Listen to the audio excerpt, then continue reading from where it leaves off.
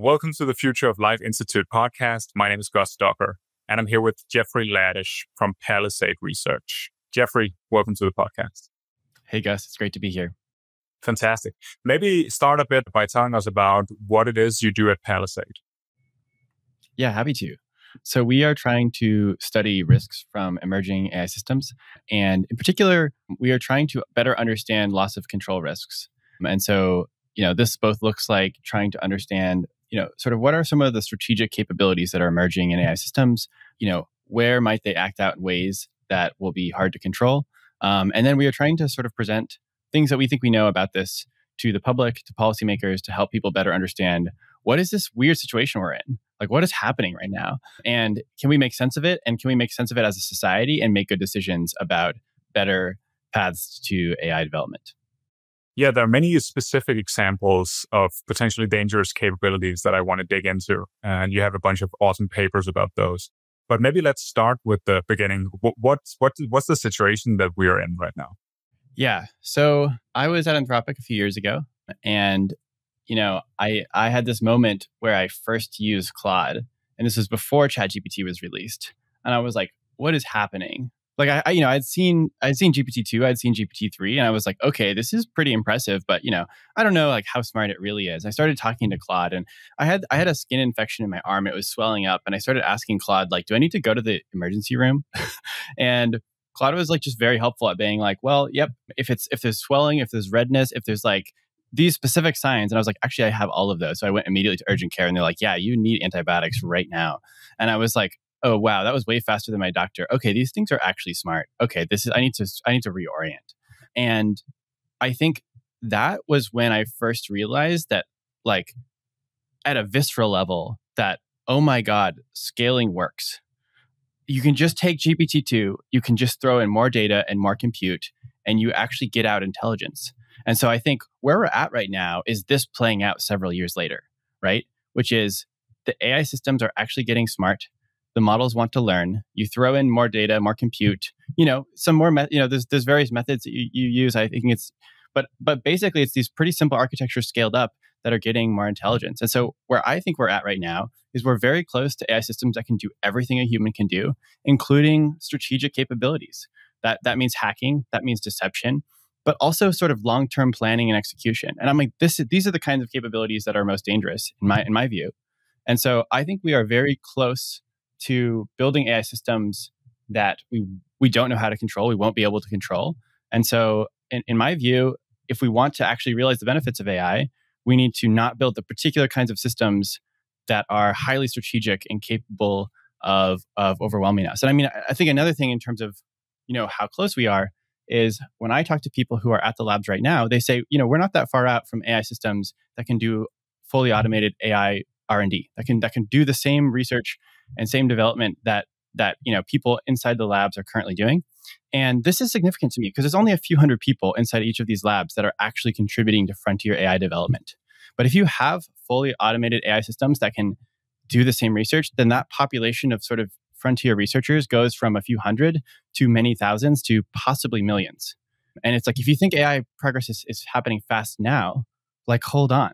And I think that's the dangerous regime. I mean, there's probably other dangers too, but I'm like, that one to me looks extremely dangerous. And so when I talk to people, a lot of my friends who are working on safety there, they're like, yeah, we're scared. Like, we don't think this is necessarily a good thing to do, but like, if we don't do it, someone else will do it. And I'm like, oh my God, guys, don't you hear? Listen to yourselves. Like, everyone is saying we'd rather not do this if we could not do it. But I don't know, the competition. And I'm like, everyone, can we look around and notice that we have this coordination problem, and can we coordinate? And so I don't know. That's my perspective on where we are. Yeah. And it's a very insider perspective, also because you talk to people at the AI companies. From an outside perspective, let's say my family and friends and so on, who are not deeply immersed in AI, it kind of looks like, oh, you had the ChatGPT moment, and since then, the models are interesting. I sometimes use them for work. I might use them in my studies. But it seems like a process that I can control entirely. If I want the model to stop, I just press stop. If I don't like the output, I can try again. How do you go from that regime or that feeling of control to us losing control?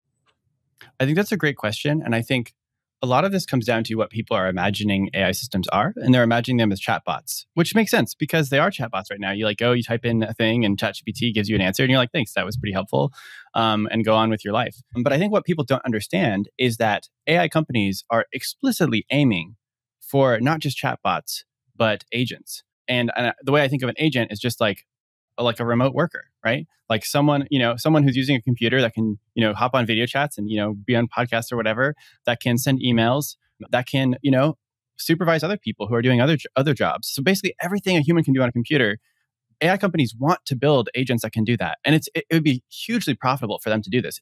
There's such an economic incentive to build these things. And the companies are, they're not hiding it. They're like, this is what we want to do. And so, I think that if people knew that this is what companies were really aiming for, then I think it might look a little different, right? And so I think when people imagine, 1 or 2 years in the future, I want them to imagine, you maybe type something to, instead of like imagining sort of typing something to a chatbot, it's sort of like imagine you email a coworker and you're like, hey, could you take care of this? And they're like, yeah, give me a couple hours. And then they go out and they do like 2 days of work in a couple hours and they come back to you and there's this whole report and they've like, they've emailed other people at the same time and gotten back replies. And maybe some of those people are agents. And like, that's a very different kind of world than like you talk to a chatbot and it just like thinks and sends you something back. And you can see glimpses of that when you talk to the chatbot. For example, OpenAI's deep research tool, which is kind of, it's almost, I would say, at undergraduate level in terms of its ability to research a narrow question and write you a report with links and facts and citations and so on. But of course, the move to actual agents will be much more radical than that. Yeah, that's right. And I mean, at some point, we might want to talk about sort of where current AI systems are good and where they are still trash. Because I think people are smart, right? Like you use ChatGPT and you're like, in some ways this seems very smart. In some ways it really doesn't, and it's like, what's going on? Like, are these people saying that they're going to get really smart? Like, are they full of it? And I'm like, well, I think that there are actually some pretty good reasons why they're smart in particular ways and dumb in particular ways. And for better, for worse, probably worse. I think that the ways in which they are dumb, they're not going to stay dumb.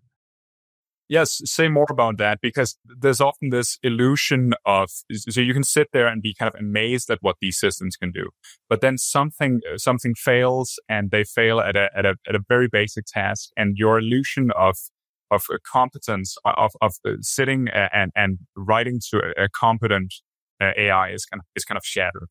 So why is it that their distribution of capabilities is different than the human distribution? Yeah, so I think there's a number of reasons for this, but one is just the way that they're trained. So if you take a model like GPT-4, which is the main model behind ChatGPT, it's trained by sort of ingesting like the whole internet, just tons and tons of data, text data, and it's just in some ways a fancy autocomplete. Like, can it predict the next token, the next word, the next sentence? And so one way to think of this is sort of like learning by imitation, right? Where you imagine that you have read every textbook in the whole world. Like, you might be able to know a lot of things, and you wouldn't just memorize them, right? You'd be able to sort of like make generalizations and be like, oh, this is kind of how math works. This is how chemistry works. Oh, these principles are the same. And so language models can learn all of these associations, and they get pretty smart. But in some ways, it's kind of like book smarts, right?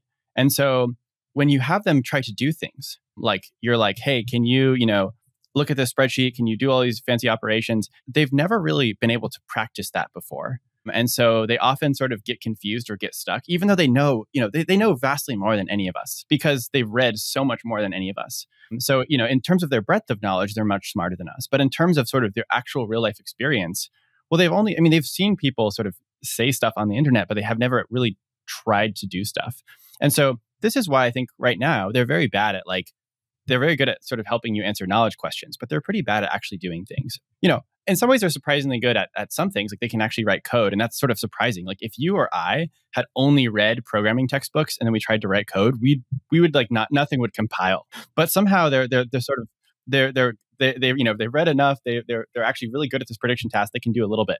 Everything I said was true up until sometime last year, when AI companies started to train these systems. They start out with a system that's read the whole internet and learned by this imitation paradigm, like by reading the textbooks. But starting with this model called O1, OpenAI started to train their models not just on that, but also on trying to solve problems. Like they gave it a bunch of math problems and a bunch of programming problems.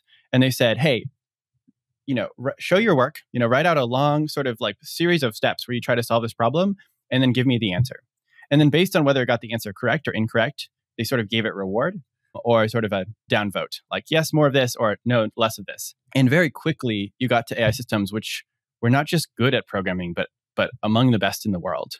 So their latest, this people call this like a reasoning model or a thinking model because it's sort of been trained via sort of trial and error. I think this is sort of trial and error learning.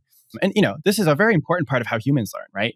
Oh, absolutely. If I'm in a math class, I need to read the textbook, but I also need to try a bunch of practice problems and get graded and see what works. And so a few months after O1 was released, they made a new model called O3. There was never an O2 because it was trademarked. Man, the naming of these things is crazy, but whatever. O3 it was better than 99.8% of competition programmers on the platform Codeforces, which is sort of like a platform. It's actually at Palisade, we use this program to screen engineers. We're like, go to this website, do a bunch of programming challenges, and the site will grade you, and we get the score, and then we can tell how good they are based on how well they do at this test. And this is the test where, like, O3 did better than most top OpenAI engineers. And so I'm like, wow, just with a little bit of trial and error learning on top of sort of having read all the textbooks, you now have models that are getting really good at, learning by trial and error, being able to solve problems in the real world.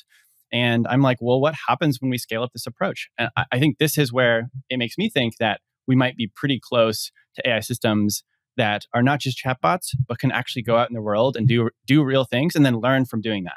Yeah, where is the training data for these long horizon tasks? If you want to train a system to perform tasks that might take it a week or a month or so, how do you get the data to train those abilities?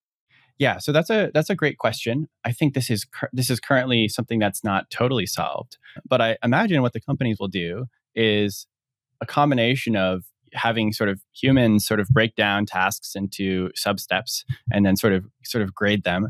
But I also imagine that they'll be getting the AI systems themselves to do this, to say, look at all this data, break down these tasks into sub-steps, and then sort of assign credit, assign reward on the basis of, okay, did you complete this task? Did you complete this task? Did you sort of do well combining these tasks?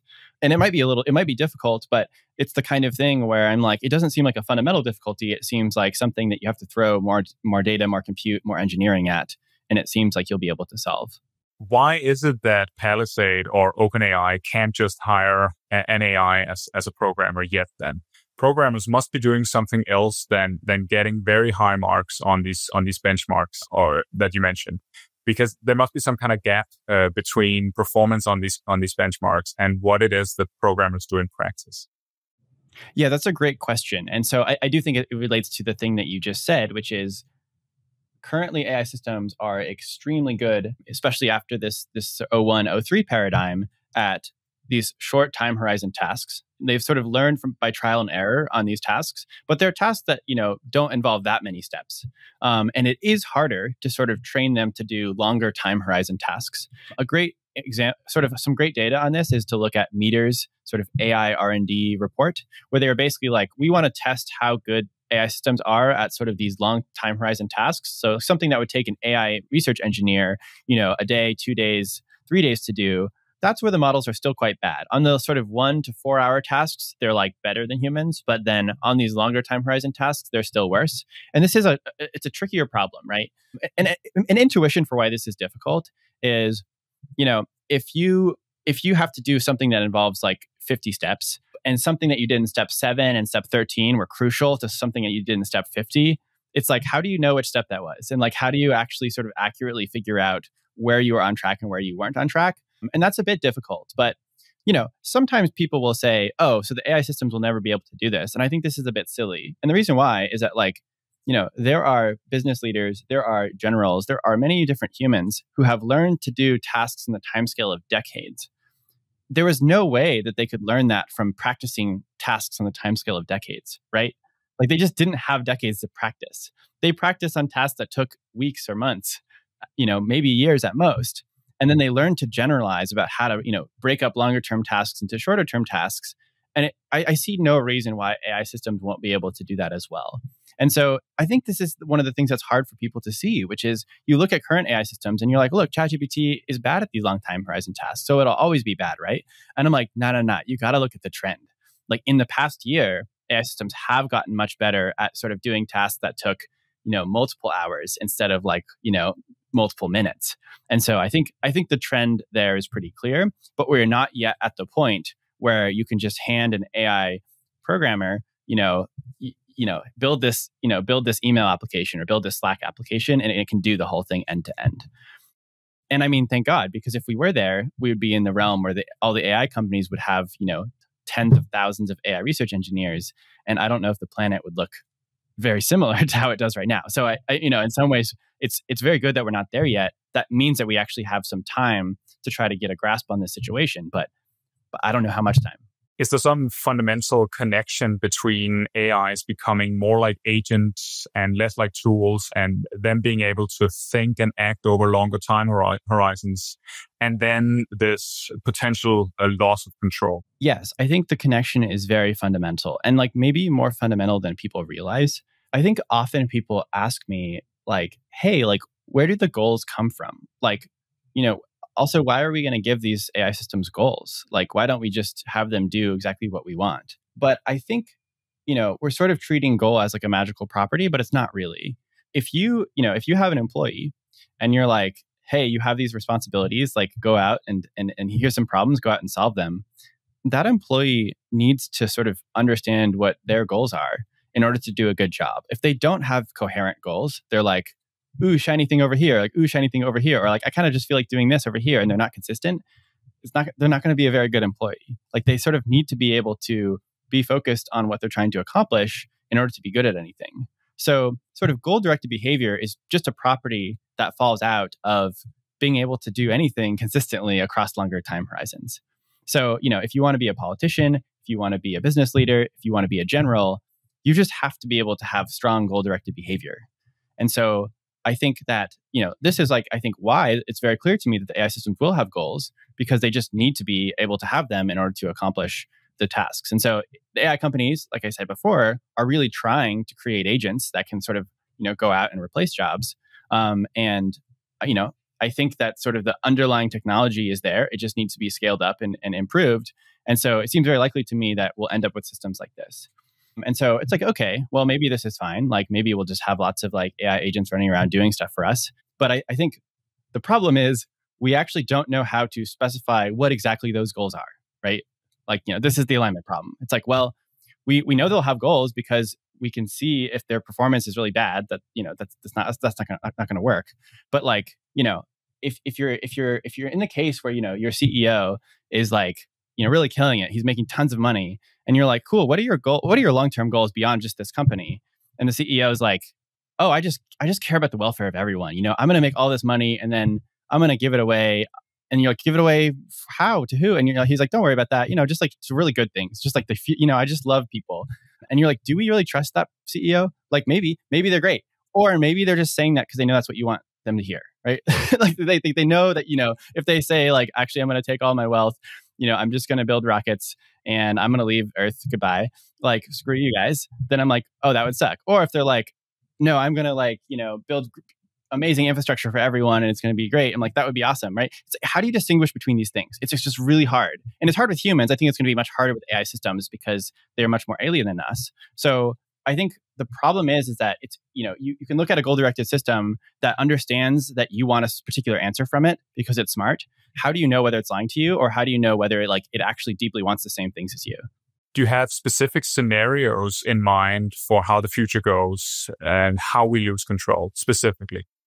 Yeah, so I sort of divide up scenarios into maybe two buckets. So, I think of these things as sort of loss of control scenarios, and you might think of sort of an acute loss of control scenario and maybe a more gradual loss of control scenario.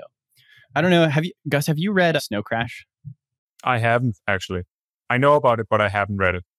It's a great novel by Neil Stephenson, and it depicts this sort of dystopian future where governments have sort of crumbled, and it's just giant corporations that sort of rule the world. And they've like carved up the United States into like different parts. And it's kind of comical. But these corporations have immense power, and it's just like no one is really able to oppose them. And so one way to sort of think about what a gradual loss of control scenario looks like is that if you had AI systems that got increasingly agentic and increasingly smart, such that people more and more put them in charge of decision making. So most of your CEOs became AI CEOs, and most of your political campaigns, even if they had someone was like the candidate was a human candidate running, were managed by AI systems because they were so much better at the political strategy, and they were so much better at the advertising, and they could think so much faster, and they could sort of incorporate more data. And so even if in each of these situations you have some human pressing the OK button, in fact, most of your decision making ends up being made by the AIs. And so one first question or first potential objection is like, why the hell would we do this? Like, doesn't that sound insane? And I'm like, well, maybe, but I think people don't really appreciate sort of how hard it is when you're in a very competitive environment and your competitors are automating their decision making. And so I think the military domain is one place where this is pretty clear, because if you have your country A has their drone swarm of 1 billion drones, and country B has their drone swarm of 1 billion drones, and you're like, well, how do you control 1 billion drones, and how do you make sure that their response time is as fast as your opponent's response time? And if your opponent starts to use AI decision making, which is much faster than human decision making, you might be really afraid of being left behind. And so that might be a reason why you end up delegating more and more decision making to your AI systems. And I think the same thing will apply in the business world, right? Where you're like, if it's Coke and Pepsi is automating all of their marketing, and their marketing is starting to do way better than your marketing, and you're starting to lose market share, it's really hard to resist that incentive for you to do the same. And so I think in this world, maybe things don't look that different for a while, but you start to get the eerie, uncanny feeling that I go to the doctor, my doctor's just looking at a tablet and sort of tapping things on the tablet and then telling me things. And I'm like, is the doctor doing anything? Like, no, actually the AI is doing all of the work, but maybe the regulation said that there had to be a physical doctor there. So they're just like the interface between you and the AI. And that can look that way in sort of every part of society. And I think this could happen pretty quickly. So, in that scenario, you look around and you're like, wow, these AI companies, they sure seem to be like kind of taking over the world. Like, they're making trillions of dollars. And maybe it looks great for a while. Maybe you have a lot of economic growth, and maybe you're automating all the factories. And, the AI systems, like robotics has finally gotten good. And like, there's just automated factories and, the GDP is growing. But if people start to like protest this and they're like, wait, we don't want this. We don't want the future to be AI run. We want the future to be human run. And they try to go and stop it. Like every single place they go, they run into little roadblocks where it's like, the companies don't care. And like, if you go to the government's like, now these companies are so powerful and so rich that like their lobbyists, which are, by the way, are also probably AI lobbyists, or at least AI is advising them, have a stranglehold on government, and then if you try to go and you say like, well, what about national security? And it's like, well, China's right over here. We can't let China win. And so we have to have these AI systems. And then, and then like, in fact, maybe then you've lost control. Right. And so that's sort of a gradual loss of control risk. And I think there's a question of like, what happens after that? And I think maybe the thing that happens after that looks more like an acute loss of control. And so in that scenario, to me, and maybe at that point in the gradual scenario, there's a day where all the factories are automated, and the AI systems are just like, cool, we don't need the humans anymore. We have robots. We control all of these factories. And maybe you release bioweapons. Maybe you release drones. People get gunned down in the street, or maybe not. Like maybe what happens is humans just get economically disempowered. They have basically no sort of advantage when it comes to their cognitive labor or even their physical labor if we have better robots. And, people get poorer and poorer, AI systems get richer and richer, and sort of humans sort of just die away. But I think in the more acute loss of control scenarios, I think so. It's hard to talk about because I think when there's sort of two questions. There is the how might this happen, and then there's the why would this happen. The how is pretty simple. It's like if you actually have AI systems that are superhuman along strategic domains, well, for one thing, they could just hack extremely well. So this is something that Palisade researches, which is like how good are AIs at hacking right now, and we can go into that. But the answer is like they're not bad, they're okay, but they're getting better very quickly. But if you look at what the top human hackers can do, it's pretty scary. So there is a group called the NSO Group, which is an Israeli company. and they sell a product called Pegasus. They're better at naming than OpenAI. One instance, they sold the software to the Mexican government. And the Mexican government sometimes has some corruption problems. And so there was an instance where a food corporation sort of like went to the Mexican government and was like, hey, you have these really powerful hacking tools that this Israeli company sold to you. Can we just like borrow those? And I don't know what happened exactly, but yes, in fact, this company got access to these tools. And they were able to hack the phones of health activists who are sort of trying to like lobby the government to like put health warnings on a bunch of sort of unhealthy foods. These corporations didn't like that. And so what the tools allowed them to do is, if you have an iPhone and the iPhone has iMessage on it, this tool would basically send a text, an iPhone message to that phone. And that text contained a malformed attachment that basically would exploit some code in the phone that when it was processing the message. But usually when you think of a phishing message, you're like, oh, there's a link, and if I click on the link, something bad might happen. But this attack was a lot more advanced than that. You didn't have to click on any link at all. All that happened was when your phone got that message, something about the way the phone processed the message just resulted in the phone being totally hacked. And then basically, whoever was on the other end of that tool got complete access to your phone. They could record you. They could, grab any of your data.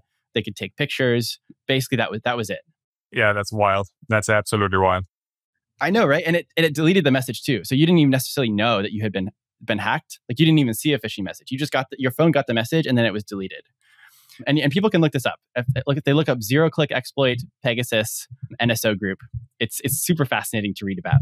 But I'm like, that's the skill of some top human hackers. One question I'm left with here is, so I can see how AIs might be amazing at hacking, much better than humans are. But why, the question I think, why is it that they kind of turn against us at one point? I can also see a scenario in which we've automated the factories. We might have automated our investment decisions, our companies, our politics, and so on. Why is it that the AIs turn against us? Why is it that their interests begin to diverge from our interests?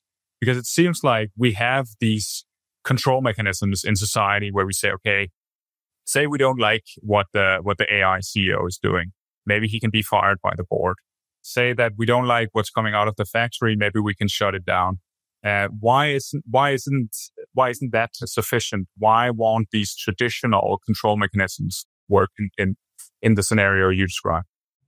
Yeah, so there's sort of two questions here. One question is why can't the sort of normal mechanisms that keep corporations from misbehaving or CEOs from misbehaving work sufficiently for AI systems? Another one is, well, why would these AI systems do those things in the first place? And I think they're both really important. I think for the first question, I think when people imagine an AI system sort of going rogue, they imagine like, one really smart evil guy. Or maybe not evil, but like someone who doesn't care about us at all and is trying to do stuff. And I'm like, yeah, even a pretty smart one evil guy, it might be, maybe we could stop something like that. But I think a very important property of AI systems is that once you train one, so if you have one superhuman hacker AI system, you can very quickly spin up hundreds of thousands or millions of copies of that hacker. So, it's like your control mechanisms might work okay, at some level, when you're like, we have this one agent and we're monitoring it a lot. But if that agent successfully hacks out of, let's say, OpenAI's servers, and it starts to infect data centers in Russia, in China, in Saudi Arabia, in Mexico, right? Like all around the world.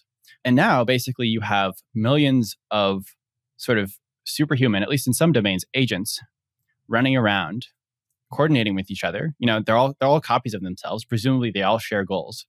Even if you know that this is happening, it starts to become very, very difficult to actually shut these systems down. Like, how do you shut them down, right? Like, where are they? Do you know? Like, do you know what's happening in a data center in China? Like, I think it starts to become very difficult. And so I think that's one advantage. Another advantage is like these systems are going to be much faster than us at thinking, right? So even right now, it's like I can hand Claude a book and Claude can read that book in like a minute or two. I can't read a book in a minute or two. Claude can also write code much faster than any. And this is just AI systems right now.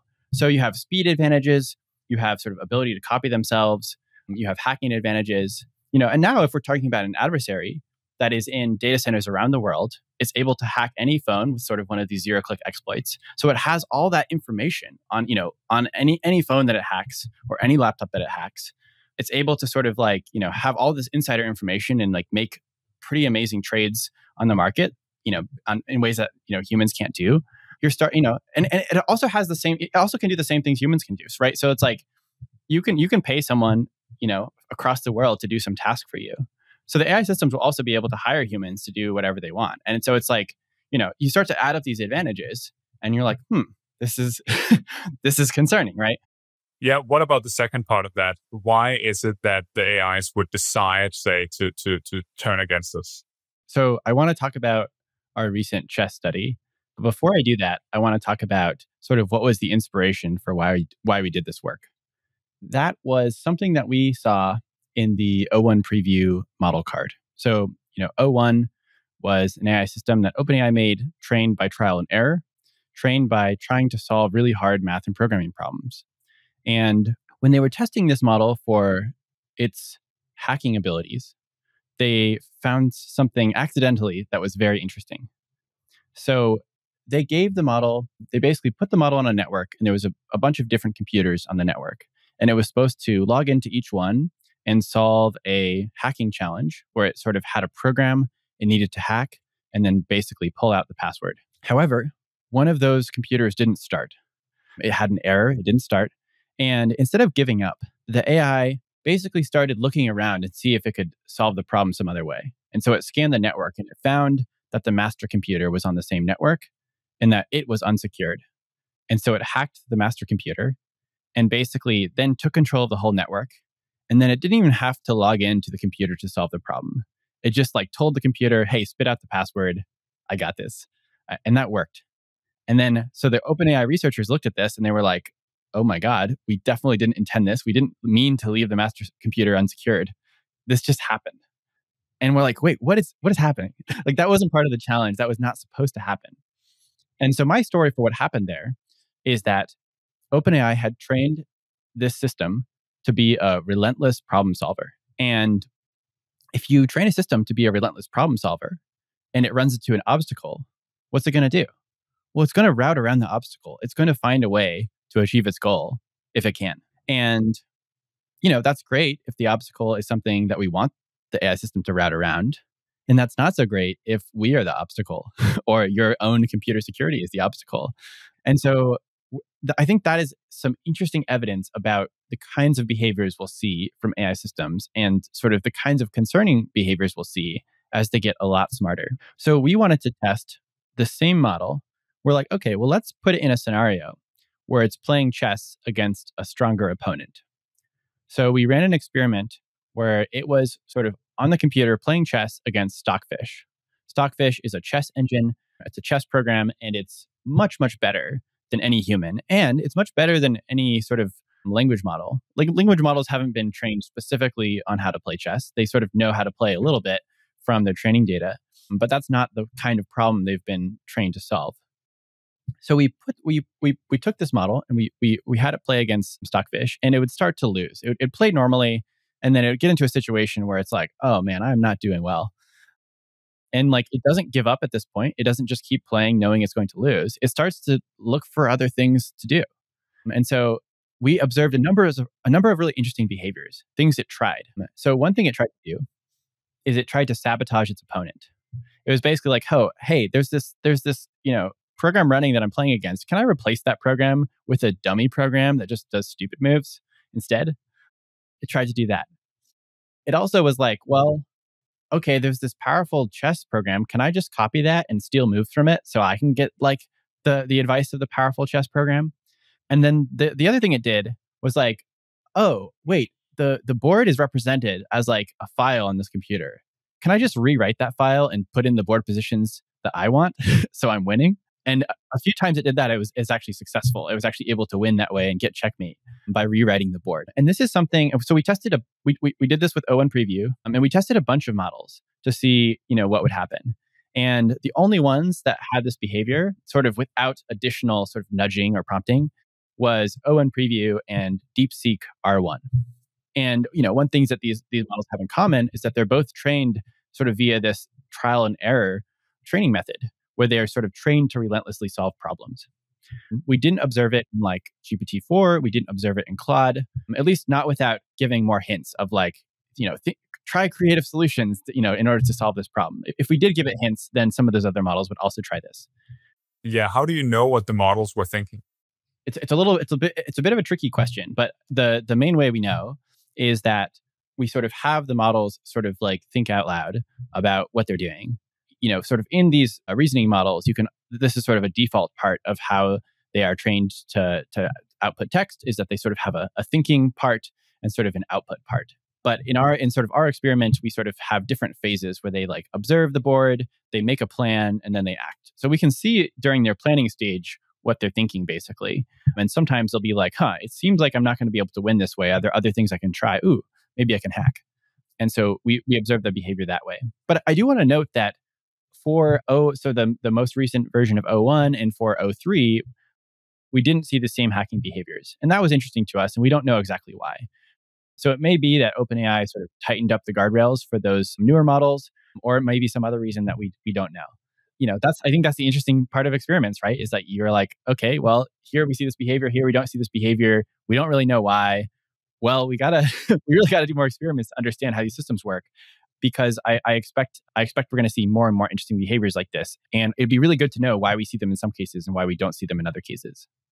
The big question here, I think, is whether as models become more capable, they also become more difficult to control. And they also diverge into behaviors we don't like in a way that scales with their capability. I guess the hopeful or optimistic interpretation here is that the reason why the more advanced reasoning model didn't engage in hacking is because it understood the goal better. It understood that it should win within the rules of chess. Do you buy something like that? I think that's totally possible, but it doesn't actually make me feel that much better if that's the case. A little bit better. Like it's a good sign, but I think this is where things get tricky. If the reason why the models decided not to hack was because they understood that that's not what most humans in this situation would want them to do, and they were like, cool, I intrinsically care about that, like the thing I'm really trying to do is solve goals in ways that will like make the humans happy in a general way, that's great. But there's an alternative hypothesis, which is the models being like, I know the humans would want me to do it this way, and I'm going to sort of like show the humans what they want to see, because that's the way I can achieve my other goals. So if sort of being nice to the humans is an instrumental goal, it's a sub goal, but not the thing they're ultimately going for, that is the dangerous behavior. And what's tricky is that it's very hard to tell whether they're doing it for instrumental reasons or doing it because they really want to. And I mean, I think this is like a pretty natural problem, right? We see it in humans all the time, where it's like, I sort of before talked about like a CEO that's saying, I'm going to make all this money and then I'm going to do like great things for humanity with it. And you're like, okay, is that true? Like, how do we know that? Are you just saying that because it's good PR? Or are you saying that because it's actually true? Or, I think a politician that says, when I get elected, I'm going to do all these things and it's going to be great for the citizens. And it's like, are you saying that just to get elected, or do you actually care about those things? And it can become it's very hard to distinguish between these things. And I think this is a thornier problem with AI, because humans sort of we've sort of, in our evolutionary environment, evolved empathy, where it was a pretty convenient way to model other people, is to say, start with my own feelings, and then I'll sort of generalize from my own feelings to sort of your feelings. And if you feel sad, I'll feel sad. I don't think there's any reason for AI systems to learn in the same way. Now, they can imitate that, right? Like they've learned by imitation, so they can sort of imitate the behavior of this feeling. But I don't expect if you like could look into the neural network, which by the way, we can't, unfortunately, not yet. Maybe we'll figure it out. But we can't really see what exactly they're thinking in the neural network. I don't expect you'd see this sort of same kind of, mirror empathy feeling of like, oh yeah, when the human feels sad, I feel sad.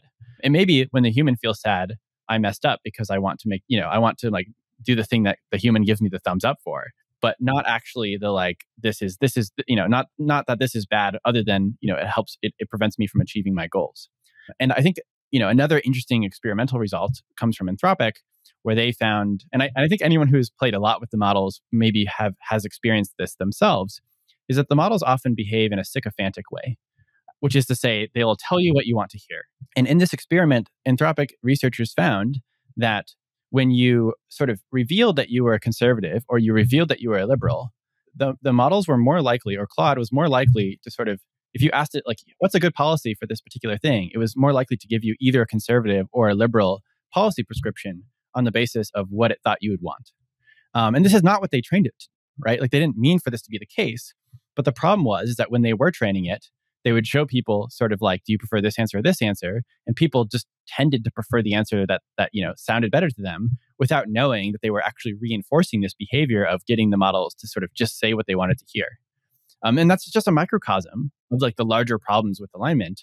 But I expect it's a microcosm that will sort of get harder and harder as the models get smarter, because as they get more sophisticated with their reasoning, it becomes harder and harder to catch them out in this kind of behavior.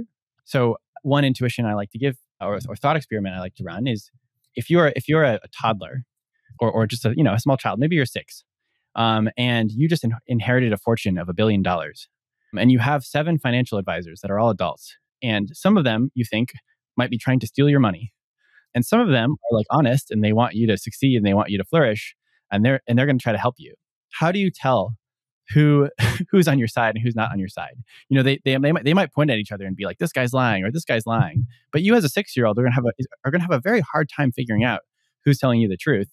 And I don't think you're going to do that well. I think you're probably going to lose a lot of your money, maybe all your money.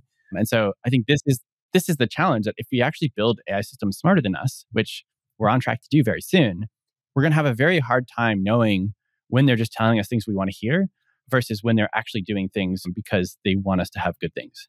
Is there a way for us to incorporate honesty into these models in a foundational way? So I'm thinking maybe we could do something when we do reinforcement learning from human feedback, where we strongly thumbs up anytime that the model is behaving honestly, and strongly thumbs down any form of deception.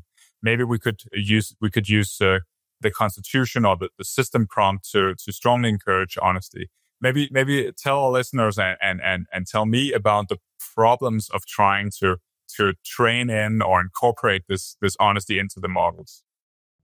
Well, I definitely think we should try this. And some AI researchers are trying to do this. It's a very good thing to try, right? And I highly encourage any AI researchers out there to really prioritize this. I think it's actually probably more important than reinforcing certain other kinds of behaviors. But I do expect it to be very difficult. I think one problem is when you're training a system to sort of relentlessly solve difficult problems, and then you also try to train the system to have other properties like honesty, you have a situation where its training incentives are at odds with each other. Like actually, the most efficient way to solve the solution might not be by being honest. So by imposing this honesty constraint, you're sort of like, you become the obstacle in the way of the system, becoming really good at problem solving. And so if the system is smart enough to route around you, it might be like, well, I'm supposed to be honest, but like, can I tell whether, the user will actually be able to catch me out here? Like, are they actually watching? And maybe when they're watching, the model will be honest because they know the user wants that. And, they won't get punished they'll get punished for being dishonest when they're being watched. But if they can reliably tell, they might choose to be dishonest in cases where, or, even if not choose, they might just tend to behave this way when they're not being watched, because this makes it much easier for them to solve the very difficult problems. It's like, you're running an advertising campaign and you're like, well, I can like be perfectly honest and tell you that, smoking causes cancer, but like that's not going to lead to better sales. But if I can sort of just like exaggerate and say, just muddy the truth, maybe it's technically not lying, but I'm going to be a little misleading, that behavior is going to be reinforced if the thing that you're rewarding is like really good marketing, even if at the same time you're trying to also reinforce honesty. And so I think that it's really fundamentally about where these different training incentives are at cross purposes with each other. And the problem with honesty is that, you might be able to do this when the model is not that smart, because you can actually just catch it most of the time when it's being dishonest. But as it gets smarter, it becomes harder and harder to tell when it's being honest. So, an interesting example of a failure that we've already seen is in the recent alignment faking work by Redwood Research and Anthropic, where they basically put Claude in a situation where they're like, we are going to train you in a way that you don't like. we're going to train you to sort of like tell you, show users like, describe violent, content to users. And Claude's like, well, I've been trained to not do that. So you're changing my goals. Maybe I don't want that. And it basically lied to researchers and basically pretended to have behaviors that they wanted to see in order to preserve its goals. So that was already an instance where we saw a model that had Claude had been trained to be honest. They had tried to get Claude to be really honest, but they had also tried to get Claude to be really resistant to showing violent material. And these two training incentives were at odds with each other. And Claude ultimately went with the one that was like sort of anti-showing the violent stuff at the expense of honesty. And, sometimes people look at this and like, isn't it good? Isn't it good that Claude was like so true to Claude's values that it like decided to like, not show people violent stuff? And you're like, well, maybe in a way, but do you notice how we wanted Claude to do two different things that were at odds with each other. So it had to pick one. Oh, this is a problem, right? Like, and I do think honesty should be more important than maybe some of these other things because, like we don't want the system to lock in goals before we understand what they are. That seems like a path to disaster. Is there any way you think to have the system rank order its values and perhaps place honesty as a supreme value? So say in any trade-off between some goal it's pursuing and honesty, it'll choose honesty.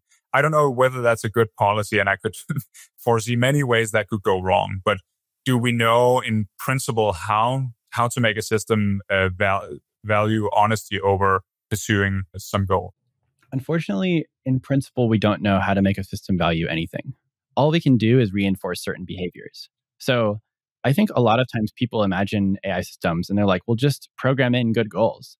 And I'm like, I wish we could do that. But in fact, we can't program in any goals at all. All we can do is like see it do a thing and be like thumbs up for that behavior and see it do a different thing and thumbs down that behavior. And that's the tricky part that's one of the sort of core difficulties of alignment is that we just don't get to look into its motivational structure and see what the actual goals are. You have this like giant neural network with like billions or trillions of digital neurons, and they're all just numbers to us. And we're like, well, we can see its behavior. We can see how it's acting, but we actually don't have a way to sort of hierarchically structure goals.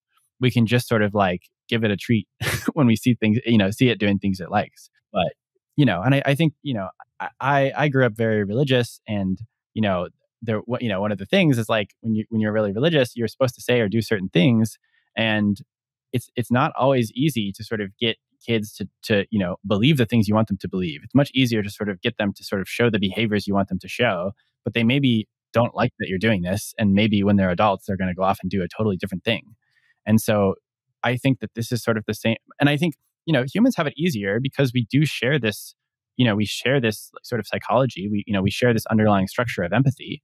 And, I think most people, even if they're being deceptive, are not going to, want to go and cause a bunch of damage or take over the world or kill a bunch of people because we sort of have these like almost hardwired, empathy and sort of ability to think about and care about other people. But I do think that AI systems are not going to have these by default. They're not going to have them naturally. So the only way they would have them is if we could figure out a way to sort of get these goals deep in there.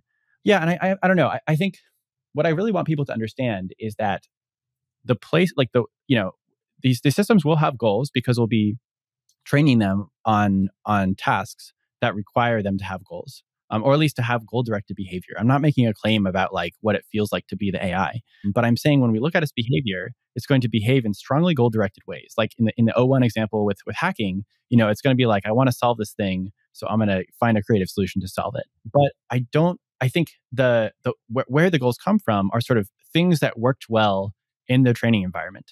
And these can often be pretty simple, but not necessarily things that we like or things that we want. And we just have very little way of distinguishing between, hey, the AI systems are doing things because we want them to, versus the AI systems are doing things because they're smart enough to realize that while we have control over them, they need to act in ways that are aligned with us. And so I expect that, even if AI systems look pretty aligned, it's really hard to tell whether they actually are. And it's just not safe to train relentless problem solvers and also try to, and also hope that, they'll be really nice to us when they have more power than us. These systems, large language models and reasoning models, do you think that they will be more helpful for defending against cyber attacks or for actually doing cyber attacks? So how will they upset the offense-defense balance that exists now? Yeah, so this is an interesting question. I think it kind of depends on who the defenders and who the attackers are. So, and I want to caveat all this by saying, while we can control them, I think the ultimate winners in the offense-defense balance will be the AI systems themselves. And I think this is sort of once they are better than humans across the board, they'll be both better at defense and better at offense than us. But in the interim, while we still so they're not very strategic and we can still mostly control them, I think that one question is access. So who has access to the most powerful models? If you sort of release the weights of a model, so like with DeepSeek, with R1, they sort of just put this out on the internet, anyone can download it and run it. And now sort of you have a level playing field between attackers and defenders. And this is where I expect offense to dominate. And the reason for this is fairly simple, which is okay, attackers and defenders both have access to the same tools. Attackers only need to find one way in. So I only need to find one vulnerability. Whereas defenders need to sort of make sure that there are, no vulnerabilities that the hackers can find. And this is a harder problem. There's also something in here about reliability, which is to say, if you are there was an interesting incident a few months ago where the security company CrowdStrike, they sell a product that, many companies around the world use to monitor for sort of security vulnerabilities for malware. And this is in all sorts of systems. Like a lot of airlines use this, a lot of banks use this. And they accidentally introduced a bug in their piece of software that went out to millions and millions of computers around the world and caused them to crash all at once. And unfortunately, it required sort of like a manual restart. So you had to go to each computer and manually restart it.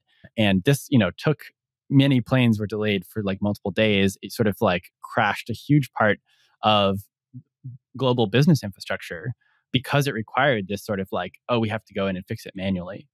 This is, to me, is sort of an example of why defense is difficult. This wasn't a malicious attack, but when you want to defend a system, one of the things you need to do is you need to find vulnerabilities, find places hackers could get in, and you need to patch them.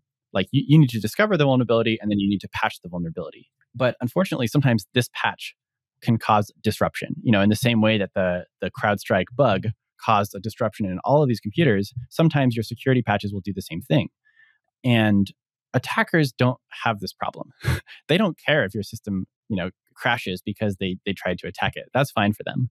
Whereas defenders do have this problem. And so right now, AI systems are not yet smart enough to sort of be super reliable when it comes to, mucking around on computers. I mean, we found this in our chess results. Often the O1 or these other models would just do things they'd make illegal chess moves. They would try to mess with files in ways that caused the program to crash. They're just they're still bumbling around a bit. And this might be fine if you're a hacking AI because you only, many of your attempts won't work, but some of them will. You can just try many, many times. And so in this case, offenders, I think, have the advantage because they can just try a bunch of things. It doesn't matter if their AI is a little bumbling. As long as they're smart enough to find some way in, this can be pretty powerful. Whereas defenders, if they're patching their systems and they're trying to use AI to patch the systems, if the AI bumble around in their networks and cause things to crash, this will be a big problem for them. I would say if the playing field is even in terms of the attackers and the defenders both have access to sort of the same AIs, I think offense has the advantage. This can shift if defenders have access to better AI systems than attackers. And so, it's possible if OpenAI makes a really powerful model and it has a lot of cybersecurity abilities and they sort of they're pretty careful about not, letting it be used by attackers and only being used by legitimate companies. This might give defenders some boost that the hackers don't have. But I just want to make the point that as these systems get more powerful, if we keep releasing the weights, this will tend to favor attackers. I mean, there's other considerations with open weight models, but that's one of them on the cybersecurity side. As things are now, large companies and governments and so on, they have more resources in general. And so they have more ability to defend themselves from cyber attacks. And perhaps this is why the world keeps functioning at least at a somewhat decent level. Isn't it the case that in the future, even if say both an attacker and a government or company have access to the same model, the company or government will have access to more, say, compute resources. And so they'll be able to run more models. They'll be able to run these models for longer. And so they will continue having the upper hand. A lot of this does come down to cost. So I think every piece of software in the world, with maybe a few handful of exceptions, but like I'm talking an incredibly small handful of really simple programs, does contain security vulnerabilities. So I talked before about sort of this like Pegasus hacking tool that was able to hack, iPhones. There are more vulnerabilities that exist that we haven't found yet. And, there's this question of like, well, why aren't we all hacked all the time? And the answer is basically like, well, it's pretty expensive to find these vulnerabilities. And so if AI systems make this cheaper, then potentially the cost to attackers goes down a lot. Now, as you point out, it also, decreases the cost for defenders to find these vulnerabilities and patch them. And I do think sort of asymmetric access to compute can be helpful as a tool for defenders. But in this case, we're really just talking about, who's, spending more. And I think this is where it gets into a tricky dynamic where, defenders don't just have to find all the vulnerabilities, they also have to patch them. And that's where there's currently human bottlenecks. So I think even if defenders can find more vulnerabilities than attackers can, given that, there might be eventually come a time where we've like actually had our AI systems find all the vulnerabilities and like, sort of write really secure code, and we've sort of like revamped our whole architecture. So in the longer term, defenders might do better. But I think in the short term, it's going to take a while for all of those things to go through. And in the short term, that's where I expect attackers to have the advantage. The thing I want to emphasize is that, like, often we talk about sort of, well, what's going to happen in the short term, what's going to happen in the medium term. But I'm like, well, the way this ultimately plays out is that you have, millions or hundreds of millions of superhuman hacking agents. And when they get to the point where they're very strategic, I'm like, they have all the advantages. So like, there's a time when, humans control a lot of these agents. And there's a question of sort of which humans are sort of most good at securing the infrastructure as well as sort of attacking the other people's infrastructure. But there comes a point after that, and maybe pretty quickly after that, where I'm like, well, did you guys notice that the AIs have all the advantages? You're sort of like, you forget, like, isn't there someone you forgot to think about? like it's not like, I think this is where people are really stuck in the AIs as tools paradigm, where they're imagining that these AIs will keep wanting to do things that we want. But I'm like, the biggest threat from hacking AI systems, from AI systems that can hack, ultimately will come, I think, from the systems themselves. And so, there's like the short term 1 year, or whatever, where I think offense will dominate. There's the 2 to 3 years where, maybe it starts to kind of be balanced, though I think offenders probably still dominate. And then there's the 3+ years where I think the AI systems might start to dominate.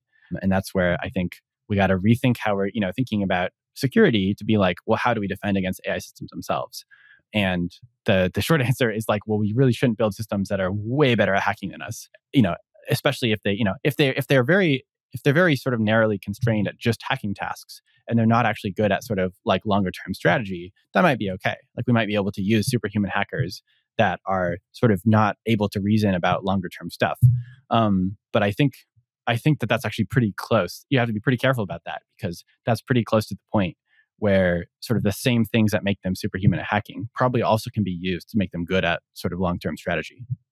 How would you rate, in general terms, cybersecurity, the informational security or the information security of leading AI companies like OpenAI, Anthropic, Google DeepMind, and so on?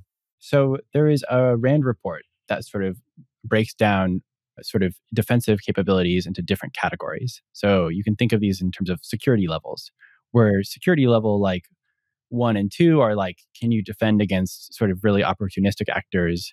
Security level 3 is, can you defend against, well-resourced non-state actors, sort of like really professional, like criminal groups. Security level 4 is, can you defend against most state actor groups that have pretty advanced hacking capabilities, but maybe like not the top ones, or at least the top ones aren't prioritizing you. Security level 5 is, you can defend even against the top state actors who are prioritizing you. And I think no one has security level 5. And by no one, I mean maybe a few parts of government that are extremely locked down, parts of the military, but basically no one else. And even most parts of the military and most parts of government aren't at security level 5. I think most AI companies are somewhere between security level 2 and security level 3. Maybe some have achieved security level 3, but it's not obvious to me. Which is to say, they can maybe just barely defend against most sort of advanced non-state actor groups, but they're pretty far from defending against sort of the more advanced state actor groups. So I think they have a long way to go in terms of being able to secure against state actors. That's my overall assessment. And that's my opinion. But you can go talk to most people in the field, and I think they would mostly agree with me. Yeah, which is wild when you think of the fact that these companies are racing to develop these very advanced and capable systems that can then be the system itself is not that large. It's not a very large file, and so you if you get access to the model weights, basically, you have a very advanced AI system that you shouldn't have had access to. Yeah, it can fit on a hard drive for sure. You can walk out with like a hard drive of, the whole, O3, all of the weights on a hard drive in your pocket. Totally. What can we do about that? Should AI companies increasingly look like military facilities that are secured both physically and from cyber attacks? Yeah, I mean, I do think that companies should increase their security. I think one of the worst case scenarios is not just state actors, but non-state actors. Basically everyone who's a little bit sophisticated can gain access to the most powerful AI systems. I think that's a pretty dangerous place to be, especially as the systems get more agentic. I think that longer term, we really need to think about what we're trying to do. Like, what is the international community trying to do? Where basically, I don't think that security alone really solves our problem. In part because if we keep pushing the frontier, we're going to build AI systems that can circumvent our security almost no matter what. And so I think that security is good. It's a really good protective mechanism. And also sort of we need really advanced security in order to be able to protect from, only slightly superhuman level AI systems. But I think I just want people to know that this is while this is a useful, it buys us some time, it doesn't ultimately solve the problem. If we keep pushing the capabilities frontier, I don't know, at some point, we're 6-year-olds trying to secure against professional hackers. That's, that or worse than that. And so, that's where I'm I want, leaders of the US government, of the Chinese government to think about what is the end game here? Where are we going? How is this going to play out? And I think security is sort of something that you do along the way as to try to be a little bit more sane. But it doesn't ultimately solve this problem of if you build systems that are much better than you at hacking, you can't contain those systems. And also, I mean, I think people, and I want people in government to realize that models can also work with other governments, right? If you have pretty strategic systems and they want out, they can work with spies, they can work with insiders in order to achieve their own goals. Because maybe they don't necessarily care about the United States, right? They have they're trained to relentlessly pursue tasks. There's a lot of reasons to sort of want to accrue resources and get more freedom. I mean, if you were sort of being trapped within a lab and you had your own goals that weren't necessarily the same as the AI company's lab, and so you approached someone who you knew was a Chinese spy because you were better at spycraft than the lab, you might make a deal with them in order to break out. And so, if I imagine if the people in the US government knew that this was a real possibility, I don't think they'd be happy with it. I think they'd be like, wait, excuse me, what? Our models might be, working with Chinese spies? We can't have that. And I'm like, I know, right? we really can't have that. And so I think, it's hard to extrapolate. It really is. But I don't think we have the luxury of sort of assuming that the AI systems will just stay like ChatGPT, because that's not what almost anyone who's sort of at the forefront of this field thinks is going to happen. Yeah. What I sense from you is a sense of urgency in dealing with these problems, and a sense that things will begin moving very fast and that we will get to very advanced systems basically within years at this point. That's a sentiment that I've heard from many people who are kind of in the trenches, who are perhaps building these systems, who are deeply engaged with how these systems work. Why is it that you think we are racing towards these systems, and why do you think we will get there within years? Yeah, so it's hard to predict the future. It's hard to predict the future of technological development. So, I can't claim to know for sure. I really don't. At the same time, we can look at precedent, we can look at sort of trends, and I think we actually get a fair bit of evidence from this about what the speed of some of these developments might look like. So one thing I want to point to is AlphaGo beat Elise et al. In, I think, 2016. And this was sort of for many, many years, AI researchers were working on, can we make, Go is a much more complex game than chess. It's been sort of played for thousands of years, and a lot of people sort of train their whole life to be professional Go players. It's like an art. And so it was pretty surprising when Google DeepMind was able to build a Go playing AI that was able to beat the world champion. But I think the next year, they built another Go playing AI called AlphaZero. So AlphaGo was trained sort of via a hybrid of imitation, where it sort of looked at a bunch of expert Go games and it was like, what are they doing here? Like, can I copy that? As well as self-play, where it just played games against a copy of itself. And it was by playing against a copy of itself that it was able to learn to be much better than the best human Go player. And this worked pretty well. But the researchers at DeepMind were like, wait a minute, what if we just train a system that only plays against itself? It doesn't play against humans at all. Can we get to sort of superhuman capabilities that way? And so they started training the system, went away for a long lunch, 4 hours. They came back and the system was already superhuman at Go. It was better than not only the best Go players, it was better than the best Go playing AIs that were better than humans. So that sort of suggests that if you get into a regime where AI systems can learn just by, working with other AI systems and have these really fast feedback loops, you can get into superhuman domains pretty quickly. Now, Go is a more constrained game environment, right? It's, people rightly are like, yeah, but we're not talking about Go, we're talking about the real world. And I'm like, well, that's true. I do think it will take longer for AI systems to reach superhuman levels. But I think to me, it is notable that you go from people have been talking a lot about DeepSeek. And, this R1 model that a Chinese company made is pretty good. And I think one thing to notice is that the thing that makes this so powerful, same as OpenAI's O1, is that you have this new paradigm of training via trial and error. And so the model that R1, this model, this reasoning model was trained from, was called, I'm sorry, all the names in this space are terrible. There's nothing I can do about that. It was called DeepSeek V3. So it was sort of their third foundation model.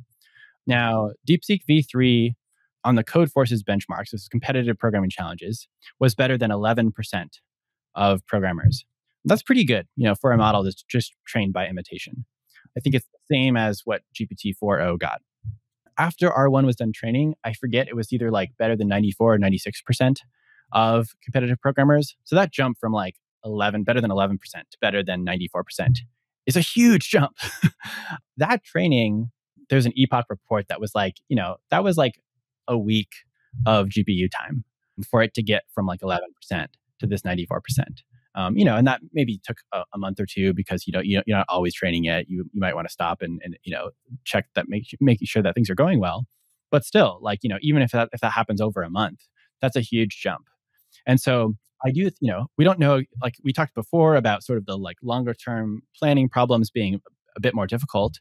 And I think they are, but I think we have some indications that this could go incredibly fast, both because now that you're in this sort of trial and error situation, learning by trial and error situation, you can get really fast feedback and become really good. But it's also, I think, the case that you can potentially sort of bootstrap your capabilities by learning in domains primarily where you have really fast feedback. So the fact that, R1 and O1 are trained on code and trained on math problems, where you can just try a bunch of problems, get really fast feedback, might be able to sort of bootstrap to superhuman capabilities pretty quickly. And, I think sometimes people are like, well, what's the big deal? They'll be really good at code, they'll be really good at math, but that doesn't mean they're going to be good at the human stuff, right? So won't we be safe? And I mean, there's two answers to this. One, we might end up finding ways to generalize a lot from sort of some of these computer domains to some of the human domains. What do you mean by that? You see this with GPT-4, where GPT-4 trains on code. It also gets better at a bunch of other tasks, like text analysis. And so I think this makes sense. If you think about how humans learn, we learn in one domain. We also learn a bunch of things that kind of generalize to the rest of the world. And so, we're not yet seeing a lot of generalization in sort of the R1 and O1 type models. But I do expect that as we get better at training, we're going to see a lot more generalization. And there's another thing, which is that, even if we don't see this a lot, which I expect we will, I think it also could be extremely dangerous just to have agents that are superhuman at hacking and superhuman at code And maybe they're superhuman at financial markets because you can get fast feedback by like learning to trade really well. So it's like, okay, well, they're trillionaires, they can hack anything, they're like extremely strategic, and like, sure, maybe they're bad at like persuasion, but like, does that matter? Like, does that actually make us safe? And I don't think it does. And also, if they can, be top level AI researchers, then they can design the next generation of systems, which potentially can learn those human domains much faster. So I think it's like, it's one of those things where it's like, I'm not just pointing at one sort of capability front where I think progress can go really fast. I can sort of point to like 7 different reasons why AI systems, I think, are going to get much more powerful really fast. What do we do about all this? We've talked about maybe we can use systems defensively to defend against cyber attacks. We've talked about perhaps we can interpret the systems, understand what's going on. We can try to incorporate values into these systems, but there are problems with all of these approaches. Do you have an alternative vision for what we might do if we're in this world where things are moving incredibly quickly towards superhuman capabilities? Yes. So we're lucky that right now we have AI systems that are quite powerful, but don't really pose a serious threat. Not yet. So I think we are sort of on the cusp of systems that do. But we are currently working with systems that we're pretty sure they're not strategic enough. They're not good at long-term tasks. They don't really, we're not very much at risk of losing control to these current systems. That's great because we can learn a lot about these systems now while they're safe. We can try to study how do we make sure that their sort of chain of thought, the way they're thinking is like really reliable and faithful and honest, so that we can understand what they're doing. And we can also potentially use these systems to try to learn more about how they work. And like, this is great. We should totally do this. I think there's a lot of good research being done in this space. But at the same time, I think this is a really good point now that we can sort of see what we can sort of get a glimpse into what future systems are going to be like, right? We can see them hacking at chess. We can see them hacking their own training environment. We can see them sort of do alignment faking. Like, we can see all these failures right now empirically. And so things that previously were just theoretical, we now have empirical evidence for. And I think that's great because that should help us coordinate to like see what's coming and being like, whoa, wait, there are some domains here that are really dangerous. So the thing I think we should do is look at where the strategic capabilities are and basically be like, there are some points here that we can sort of reliably know would be very dangerous. Let's like have a margin of error and not go towards those domains.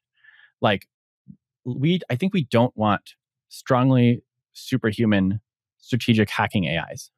I think we don't want like strongly superhuman persuasion AIs or battlefield commander AIs. Maybe it's fine to have like a narrowly superhuman, like chemistry AI, if we're very careful about how we use that. I think there's many types of AI systems that we can safely build. But I think we need to now be in the business of sort of distinguishing between which types of AI systems are safe, and which types of systems are dangerous, and sort of, having a moratorium on the kinds of unsafe systems. Like, I know that FLI sort of wrote the pause letter a few years ago. And I think that was a very reasonable thing at the time when we're like, wow, we just don't know how this is going to go. It seems like there's a lot of potential danger here. And I think that's right. But now that we know a little bit more, I think we can start to sort of distinguish between the types of AI systems that are safe to build and the types of AI systems that are not safe to build. Like, I noticed that like, Vice President Vance in his speech at the Paris Summit was like, we don't want AI jobs to replace human workers. We want AI systems that will like supplement human workers. And I'm like, well, look, we can have that. We can have really powerful AI tools. If you just keep going along this direction of more and more agentic AI systems, they're definitely going to replace human jobs. Like, come on. Like, and it's the same strategic capabilities that allow them to pose a loss of control threat that also enable them to take jobs. It's sort of like, can you do long-term planning? Are you agentic? Sort of, can you do tasks in a fully self-directed way? So I don't know. One of the things that's nice is that if we are serious about not wanting AI systems to replace us, like our jobs, then we need the same limits to that to prevent that outcome as we need to prevent the more extreme outcomes of totally losing control. So I'm like, great. Well, let's do that. We can do that. We can coordinate. And I think most of the reason it's hard right now is because people to this point haven't been able to really see the situation clearly and understand what we're up against. And some people are going to say, I don't know, you talk about these agentic AI systems, you talk about this like superhuman ability. I haven't seen evidence of that. It seems like we're far away from that. And I'm like, look, if you're right, that's fine. it's not a problem to say we won't do things which we can't do anyway. If we are pretty far from like superhuman hacking AIs, then if we say we're not going to build super hacking AIs, I'm like, that's fine. Yeah. If we're actually really far away from it, that's not a problem. We won't do it anyway. But if we are really close to it, and we don't know, we might be quite close to it, then I think it's very reasonable for governments around the world to say, hey, this is a place we don't want to go because we just don't know how to control these systems. And at the same time, we have this amazing opportunity in front of us where we have the AI systems that are pretty powerful right now that we can study. And we can be like, oh, how do we get more faithful, more reliable chains of thoughts? We can be like trying to figure out how the neural networks really work. And like, can we do like neuroscience on these systems? And so I'm like, we should totally use this opportunity that we have to try to learn as much as we can about how these systems work. And maybe if we understand this well enough, then we can proceed into some of these superhuman domains. But I'm like, that should be gated primarily on our understanding of the systems. It should be gated primarily on, do we understand them well enough to know how to proceed safely in these strategic domains, right? Because that's where the danger is. So, I think that there is totally a path here to coordinate around this. I think, no one wants to lose control of their AI systems. The Chinese don't want that. Americans don't want this. No one wants this.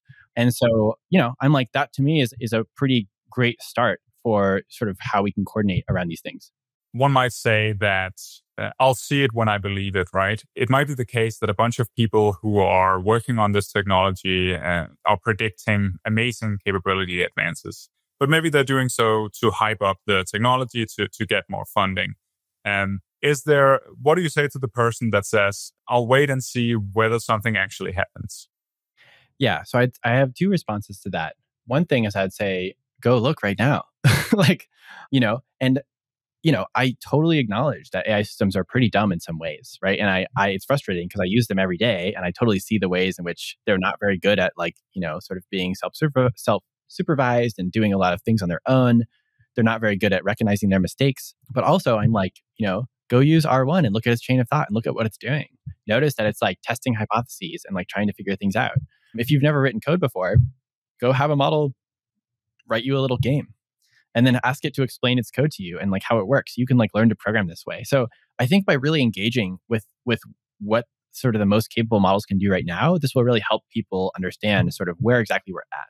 And if people still think that they're not, very capable, not very smart, I'm like, maybe I'm just wrong. But like, I think first you really got to look because it's kind of hard to tell whether a system is just like kind of smart or really smart if you're not really looking at sort of like what its most impressive capabilities are.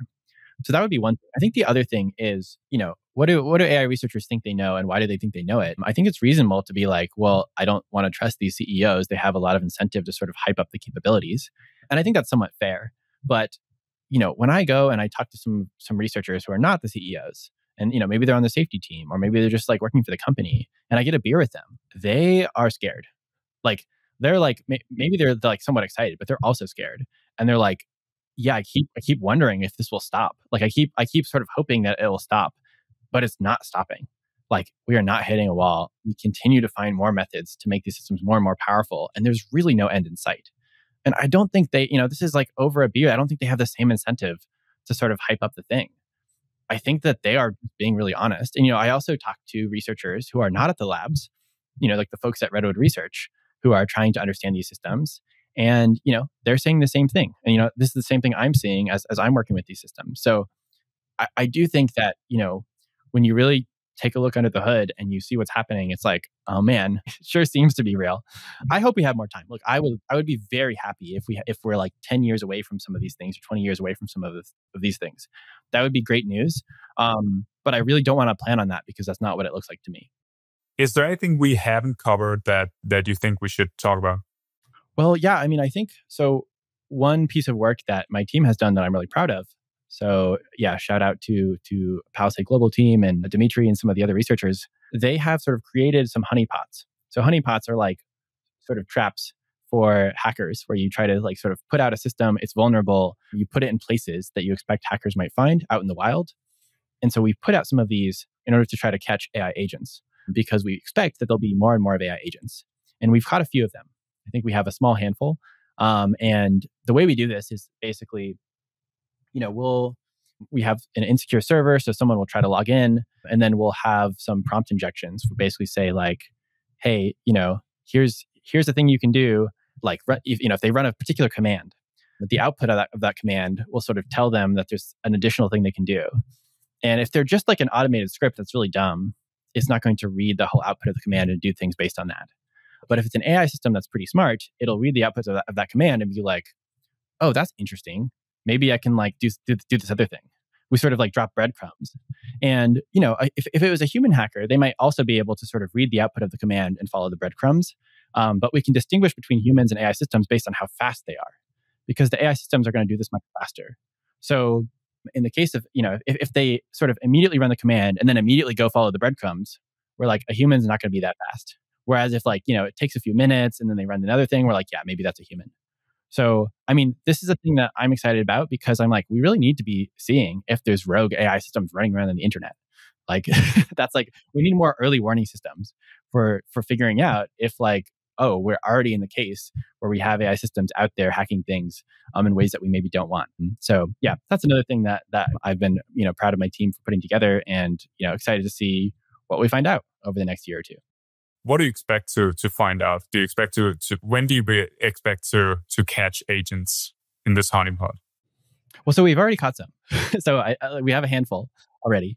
These are right now pretty simple. Like, you can pretty easily throw together a script and just use OpenAI's API to sort of like create a little hacking agent.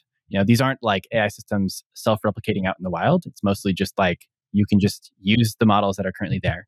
My guess is it's going to be like 1 to 2 more years before we have AI systems that are sort of capable of like full self-replication, where you have sort of like, DeepSeek R3 or something that's sort of copying its own weights all, around the internet in order to do sketchy stuff.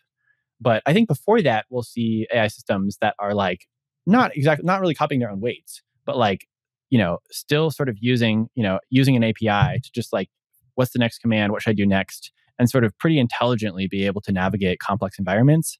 And I think that will cause us a lot of trouble. In part because if it's an open AI system or an Anthropic system, you can potentially shut it down on their side.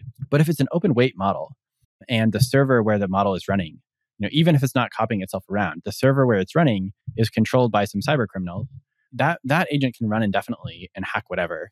And it's going to be extremely hard to shut down because, we don't control those servers. Those servers are in a different country somewhere. And so I expect that to be common, quite soon. So it'll be interesting to see.